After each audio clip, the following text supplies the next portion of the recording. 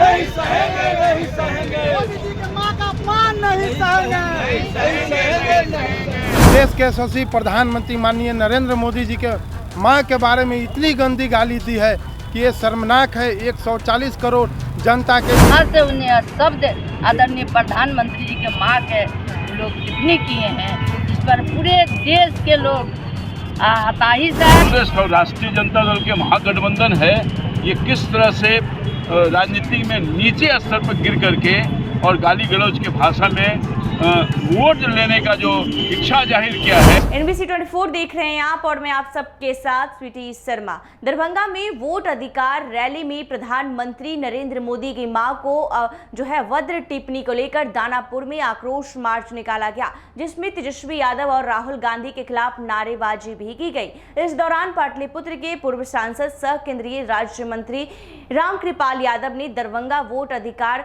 मंच से जिस तरह से प्रधानमंत्री नरेंद्र मोदी के मां को लेकर अभद्र टिप्पणी किया गया था, जिसे लेकर भाजपा ने कैंडल मार्च निकाला और यहां से पूरे देश को संदेश दिया कि राष्ट्रीय जनता दल और कांग्रेस के लोग किस तरह से गिर के गाली गलौज करने और वोट लेने का काम कर रही है। बिहार की जनता इन्हें करारा जवाब देगी। उन्होंने कहा कि चुनाव आयोग एक संवैधानिक संस्था है, ये संवैधानिक संस्था अपने कर्तव्य खाते रहेगी। इस तरह का अखिलेश यादव को शोभा नहीं देता है। आज से उन्हें शब्द आदरणीय प्रधानमंत्री जी के मां के लोग टिप्पणी किए हैं, जिस पर पूरे देश के लोग हताश है और पसंद नहीं करें कि माता बहन के अपमान नहीं सहेंगे। ऐसे लोग जो राहुल गांधी हैं, तेजस्वी यादव हैं, इन लोग के बारे में सब लोग जानता है कि ये लोग चुनाव हार चुके हैं। हताश होकर ही आदरणीय प्रधानमंत्री जी को मां को गाली दिए हैं। इसलिए हम सब पूरे देश दानापुर के जनता कोने कोने के बर्दाश्त नहीं करेंगे। 2025 में आने वाला चुनाव बटन दबा कर ही टीम के आप लोग का जवाब देंगे कि किस तरह उसने जो गाली दी है प्रधानमंत्री देश के सबको हैं, भारत माता है, इसलिए उनको हम सब लोग का आहत होने के ही परिणाम है कि हाल की धरती भी अपमानित महसूस करें। आज उसी के विरोध स्वरूप हम भारतीय जनता पार्टी के कार्यकर्ता अपने जिला के माननीय अध्यक्ष जी के नेतृत्व में, रजनी जी के नेतृत्व में आज हम लोगों ने कैंडल मार्च किया है और यहाँ से पूरे बिहार के लोगों को संदेश दिया है कि ये जो कांग्रेस और राष्ट्रीय जनता दल के महागठबंधन है, ये किस तरह से राजनीति में नीचे स्तर पर गिर करके और गाली गलौज के भाषा में वोट लेने का जो इच्छा जाहिर किया है।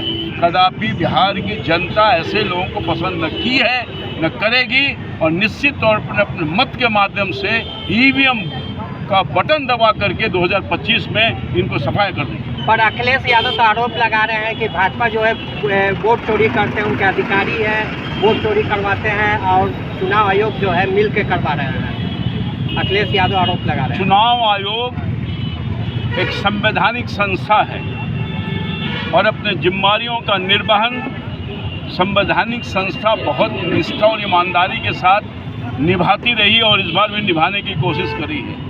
क्या वैसे लोगों का नाम चुनाव आयोग न हटवावे जो घुसपैठिए हैं, जो विदेशी आ करके और बिहार में घुस करके वोट के माध्यम से और सरकार बनाने का जो मंशा रखा है, उस मंशा को हम चुनाव आयोग पास होने दे। क्या एक आदमी का 2-3 जगह नाम है, उसको नहीं कटवाने का काम करे?